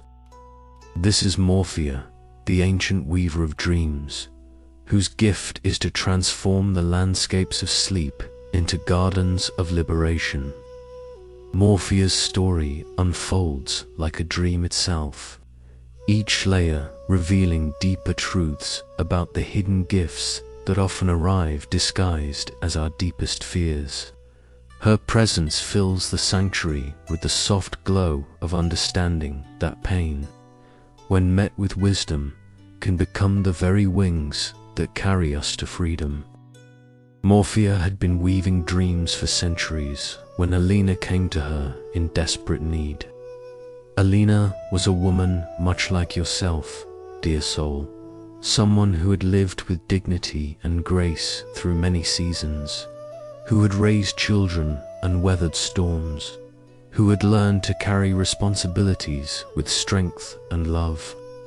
But Elena's nights had become a realm of terror. Every time Elena closed her eyes, she found herself falling. Not the gentle descent into sleep that brings rest and renewal, but a terrifying plummet through dark space with no bottom in sight. Night after night, she would jolt awake, heart pounding, sheets soaked with sweat, afraid to close her eyes again lest the falling resume. Can you feel Elena's exhaustion, beloved? Have you ever experienced how fear can transform the very rest your body needs into something that feels threatening? How the sanctuary of sleep can become a place of anxiety rather than peace. Elena had tried everything her logical mind could suggest. Sleeping medications that left her groggy but still falling in her dreams. Relaxation techniques that worked during the day but seemed powerless against the nighttime terrors. Therapy that helped her understand possible psychological roots but did not stop the dreams from coming. When Elena finally sought out morphia, she was at the edge of despair. "Please," she whispered to the Dreamweaver, "I cannot continue living this way. These falling dreams are destroying my health, my peace, my ability to function in the world. Can you make them stop?" Morphia looked at Elena with eyes that held the wisdom of countless dreamers she had helped over the centuries. "Dear one," she said gently, "I could make the dreams stop, but that would rob you of a gift that is trying to be born through your suffering. What if instead of stopping the falling, we helped you learn to fly?" Elena felt a spark of something she had not experienced in months. Hope mixed with curiosity. "Fly, but I'm terrified of the falling. How could I possibly learn to fly in the very dreams that frighten me most?" Morphia began to weave as she spoke, her hands creating patterns in the air that seemed to glow with soft light. "Every falling dream," she explained, "is actually a flying dream that has forgotten its wings. The falling is not happening to you, it is happening through you. Your spirit is trying to teach you something about letting go, about surrender, about the freedom that comes when you stop fighting gravity and learn to dance with it." That night, Morphia entered Elena's dreamscape as a gentle presence, not to change the dream, but to change Elena's relationship to it. When the falling began, Morphia's voice whispered through the dream like wind through leaves, "Do not fight the falling, feel into it. What if this is not falling, but flying without wings? What if your fear is the very thing that prevents you from recognizing your freedom?" At first, Elena's terror was too strong. The sensation of falling triggered every instinct to struggle, to fight, to try to grab onto something solid. But gradually, with Morphia's gentle guidance across many nights, Elena began to experiment with a different response. Instead of bracing against the sensation of falling, Elena began to breathe into it. Instead of fighting the movement, she began to feel curious about where it might take her. Instead of seeing herself as a victim of gravity, she began to wonder if she might be a participant in a dance she had never learned to appreciate. The transformation did not happen all at once. It took weeks of practice, weeks of learning to meet her terror with gentleness rather than resistance. But slowly, something remarkable began to occur. The falling dreams began to change, not because the falling stopped, but because Elena's experience of falling transformed completely. She began to notice that in her dreams, she was not falling toward anything solid that would hurt her. She was falling through space that was soft as silk, through darkness that was warm as a mother's embrace. She was falling through her own fears into something vast and welcoming that had been waiting beneath her terror all along. And then, one extraordinary night, something magical happened. As Elena surrendered completely to the sensation of falling, as she relaxed into the movement rather than fighting it, she felt something unfold from her shoulder blades, not physical wings, but the energetic sensation of wings made of pure trust, pure openness, pure willingness to let life carry her. The falling became flying, the terror became freedom, the nightmare became a gift. From that night forward, Elena's dreams transformed into some of the most beautiful experiences of her life. She would soar through landscapes of impossible beauty, carried by wings made of her own courage to surrender, to trust, to let go of the need to control every aspect of her existence. But the most profound transformation was not in her dreams, it was in her waking life. Elena discovered that her willingness to fall in her dreams had taught her how to let go in her daily existence.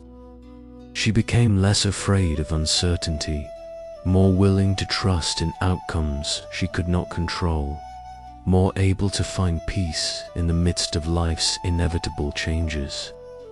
The falling dreams had been preparing her for a different kind of flight, the flight of a spirit that knows it is held by something larger than fear, something more reliable than control, something more loving than her own need to manage every detail of existence. Morpheus smiled as she watched Elena's transformation complete itself. Another dreamer had learned that their nightmares were not curses to be escaped, but initiations into freedoms they never knew they possessed. As you rest in this sacred sanctuary, what fears in your own life might be invitations to discover hidden wings? What experiences that feel like falling might actually be teachings about learning to fly? What if your deepest challenges are not obstacles to your peace, but doorways to freedoms you have not yet imagined? Elena's story whispers through the sanctuary like a gentle wind, reminding you that sometimes the very thing we most fear to face is the thing that most wants to set us free. In the profound stillness of the sacred sanctuary, where all the stories you have received rest like seeds in the fertile soil of your consciousness, a final presence begins to manifest. The air grows even softer, more luminous, as if the very atoms of existence are preparing for something sacred. An ancient teacher approaches through the golden light, moving with the unhurried grace of someone who exists beyond time. His presence fills the sanctuary, not with authority or power, but with the infinite tenderness of unconditional love. This is the Master who has been waiting for you since before you were born, who has been present in every moment of seeking, every prayer whispered in the dark, every tear of longing that has ever fallen from your eyes. He carries with him a simple tea set, not ornate or ceremonial, but humble and beautiful in its simplicity. The teapot seems to contain not just tea, but the essence of integration, the liquid wisdom that transforms separate experiences into unified understanding. Feel how naturally you settle into this moment, beloved soul. There is no need to prepare yourself or achieve any particular state. You are perfect as you are for this final teaching, this gentle completion of your journey through the temple of your own consciousness. The Master settles across from you with the easy intimacy of an old friend. His eyes hold no judgment, no expectation, only the pure recognition of what you truly are beneath all the stories, all the seeking, all the roles you have played in the world. In his presence, you remember what it feels like to be seen completely and loved exactly as you are. Without words, he begins the tea ceremony. Each movement is meditation, each gesture a prayer of presence. As he rinses the cups with warm water, you feel your own being gently cleansed of any remaining sense of separation or striving. As he measures the tea leaves, you sense him gathering all the wisdom you have received tonight into one unified offering. The tea that pours from his pot is unlike any beverage you have ever seen. It shimmers with all the colors of the stories you have heard, the golden light of Carver's recognition, the crystalline clarity of Bahram's appreciation, the gentle silver of Tenzin's acceptance, the rainbow hues of Ulta's transformed differences, the deep amber of Jindo's discovered silence, the flowing blue-green of Kai's oceanic understanding, the gossamer wings of Soto's surrendered seeking, the mountain strength of Akala's flexible stability, the luminous wings of Elena's transformed falling. As he offers you the cup, his hands touching yours for just a moment, you feel a transmission that goes beyond words. Every story you have received tonight, every recognition that has dawned in your awareness, every seed of wisdom that has been planted in your consciousness, all of it integrates in this single moment of receiving. This tea, the Master speaks for the first time, his voice like wind through leaves, like water over stones, like the sound of your own deepest knowing, contains nothing you do not already possess. It simply dissolves what you never truly were. You lift the cup to your lips and drink. The tea is warm, perfect, tasting like coming home to yourself after the longest journey. As it flows through your body, you feel layers of forgetting dissolving like morning mist touched by sunlight.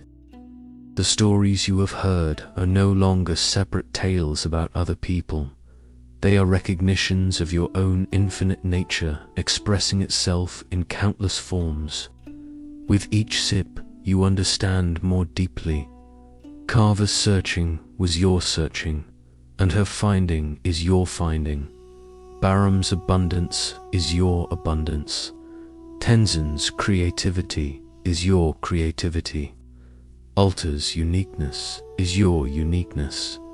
Jindo's silence is your silence. Kai's vastness is your vastness. Soto's surrender is your surrender. Akala's strength is your strength. Elena's transformation is your transformation. You are drinking the tea of integration, and what is being integrated is the recognition that you have never been separate from any, of the wisdom you have encountered, the temple you have been exploring, the stories you have been receiving, the peace you have been discovering. All of it has been the movement of your own consciousness, coming to know itself more completely. The Master watches you with infinite tenderness as this understanding ripples through your being like gentle waves through still water. Do you see now? He asks softly. Every character in every story, every seeker and every teacher. Every moment of confusion and every moment of clarity, all of it has been you, exploring the vast landscape of your own infinite nature. As you set down the empty cup, something extraordinary happens. The Master begins to fade, not disappearing, but becoming transparent. And through his translucent form, you begin to see yourself. He has been a reflection of your own deepest wisdom all along, your own capacity for unconditional love and infinite patience with your own journey of awakening. I was never separate from you, he says, as his form becomes increasingly transparent. I am the part of you that has always known your true nature, the part that has been patiently waiting for all the other parts to remember. Every teacher you have ever encountered, every moment of grace you have ever experienced, every spark of recognition you have ever felt. I am that, you are that, we have always been that. In the final moment, before he dissolves completely into the light of your own awareness, the Master smiles with infinite love and says, "The temple you have been exploring lives in you. The peace you have been seeking rests in you. The love you have been yearning for flows through you. You are the temple. You are the peace. You are the love. You always have been. As His presence merges completely with your own awareness, you sit in the profound silence of complete recognition. The tea ceremony is complete. The integration is finished. You understand now that you have never been visiting a temple. You have been coming home to yourself. The cup sits empty before you, but you are fuller than you have ever been. Not full of new information or experiences, but full of the recognition of what has always been true. You are whole, you are holy, you are home. As the Master's presence dissolves into the infinite light of your own awareness, you find yourself sitting in a silence so complete, so perfect, that it feels like the very source from which all sound emerges. The sacred sanctuary around you begins to shift once more. But this time it is not transforming into something else. It is revealing what it has always been. The walls, the floors, the very air of the temple, all of it is made of consciousness, your consciousness. The temple you have been exploring was never separate from you. It is the sacred architecture of your own awakening awareness, and you have been both the pilgrim walking through its halls and the loving intelligence that designed every chamber, every story, every moment of recognition. But now comes the most beautiful part of this journey, beloved soul. Now comes the return not to somewhere else, but to the ordinary world with extraordinary recognition. You carry the temple with you because you are the temple. Every breath you take from this moment forward can be a prayer. Every step you take can be a pilgrimage. Every ordinary moment can be a doorway to the sacred. Feel your body beginning to remember the room where your physical form rests. Sense the gentle weight of the world calling you back to participate in the beautiful dance of daily existence.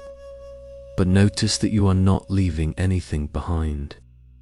The peace you have discovered, the wisdom you have received, the love you have remembered, all of it travels with you because all of it is you. As you prepare to open your eyes to the familiar world, you understand that everything is about to look the same and yet completely different. The same furniture, the same walls, the same life waiting for your attention, but now you see it all through the eyes of someone who remembers their true nature. You see it all as expressions of the same consciousness that was exploring itself through every story in the temple. Your morning cup of coffee can become a tea ceremony with the ancient master who lives in your own awareness. The act of washing dishes can become a meditation on the flowing nature of existence that Kai discovered in himself.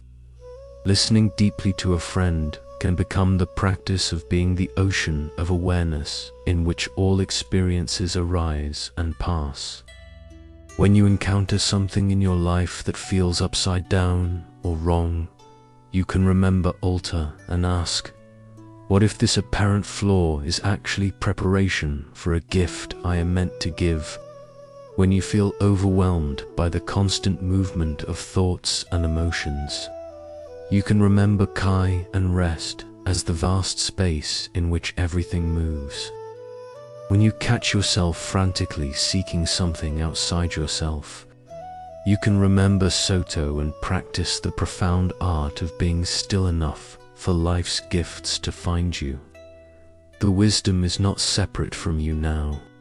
It is woven into the fabric of your being like golden threads in a tapestry. You do not need to work to remember it or struggle to access it. It will arise naturally in the moments when you need it most, like a gentle hand on your shoulder from a friend who has always been with you. Your ordinary day becomes extraordinary not because anything dramatic happens, but because you are bringing the recognition of your own sacred nature to everything you do.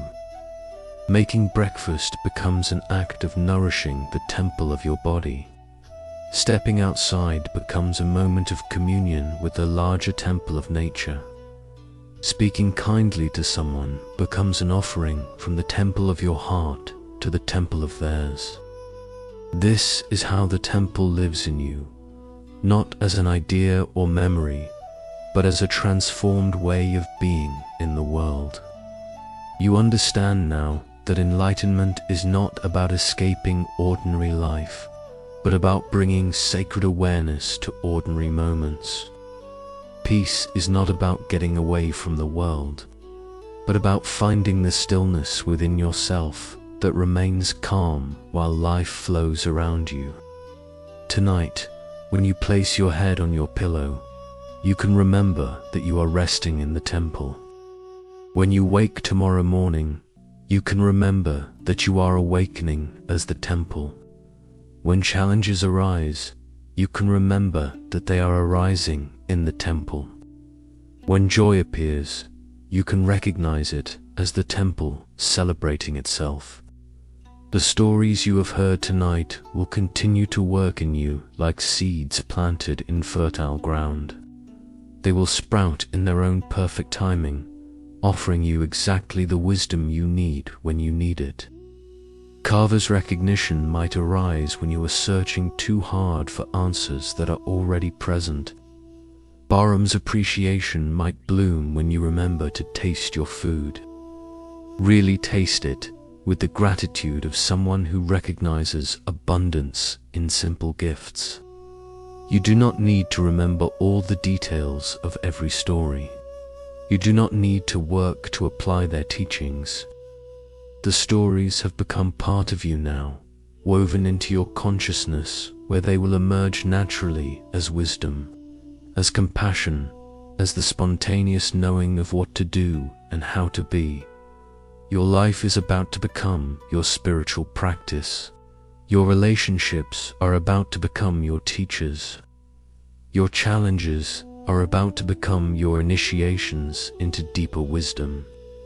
Your ordinary moments are about to reveal themselves as extraordinary opportunities to remember who you truly are. You carry the temple with you because you are the temple.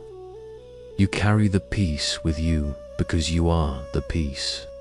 You carry the love with you because you are the love. The journey is complete, yet it is also just beginning. Every day offers new opportunities to explore the infinite depths of your own sacred nature. Every moment invites you to remember what you have always been beneath all the stories, all the seeking, all the beautiful human forgetting and remembering that is the dance of consciousness exploring itself. Welcome home, beloved temple. Welcome home to yourself. And now, dear soul, we come to the gentlest of all arrivals, the sacred pause at the end of seeking, the soft landing in the home you never left. Feel your breath naturally slowing, your body settling deeper into the infinite tenderness that holds all things. You have walked through the temple of your own consciousness and discovered what mystics have known for millennia. You are what you were seeking. Let this recognition rest in you like morning dew on flower petals, so gentle it requires no effort to receive, so natural it asks nothing of you but your presence. The stories you have heard tonight were never about other people in distant times. They were love letters from your own infinite nature, written in the language of metaphor so your heart could recognize truths too vast for the mind to hold. Breathe now with the rhythm of someone who has found what they were looking for. Feel how each inhalation draws in not just air, but the recognition of your own inherent wholeness. Each exhalation releases not just breath, but any remaining sense that peace exists somewhere other than here, that love resides anywhere other than in the beating of your own generous heart.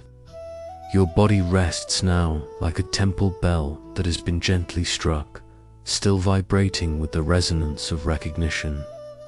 Every cell remembers its essential nature. Every heartbeat pulses with the quiet joy of coming home. You are held by the same infinite tenderness that cradles stars in their orbits, that guides seasons through their eternal dance, that has been loving you since before time began. In this perfect stillness, let yourself feel appreciated by existence itself. You are not here by accident, dear one. Your presence in this moment is a gift the universe has been waiting to give itself. Your consciousness is the very light by which all experience becomes possible. Your heart is the space in which all love recognizes itself. The temple you explored tonight was built from your own capacity for wonder, furnished with your own wisdom, illuminated by your own awareness. Every chamber you entered revealed another facet of your infinite nature. Every story you heard echoed with the voice of your own deepest knowing. Rest now in this truth. You are already what you spent your whole life becoming. You are already home in yourself. You are already free in the only way that matters. Free to be exactly what you are, without apology, without improvement, without the need to become anything other than this perfect expression of consciousness that you have always been. Let sleep come now like a gentle wave, carrying you deeper into the ocean of your own being. Let your dreams be filled with the fragrance of recognition, the music of integration, the soft light of a heart that has remembered its own infinite nature.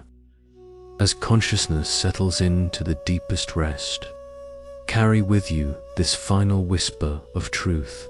You are loved beyond measure, held beyond understanding, and free beyond all limitation. You are the temple, you are the love, you are the infinite peace that was never missing, only waiting to be recognized. Rest now, beloved. Rest in the arms of your own essential nature. Rest in the knowing that you are exactly where you belong, exactly who you are meant to be, exactly as perfect as the moment you first drew breath. The temple lives in you as you, being you, and that is more than enough. It is everything. Sleep now in the profound peace of recognition. Sleep in the arms of infinite love. Sleep as the consciousness in which all dreams arise and into which all seeking dissolves. You are home.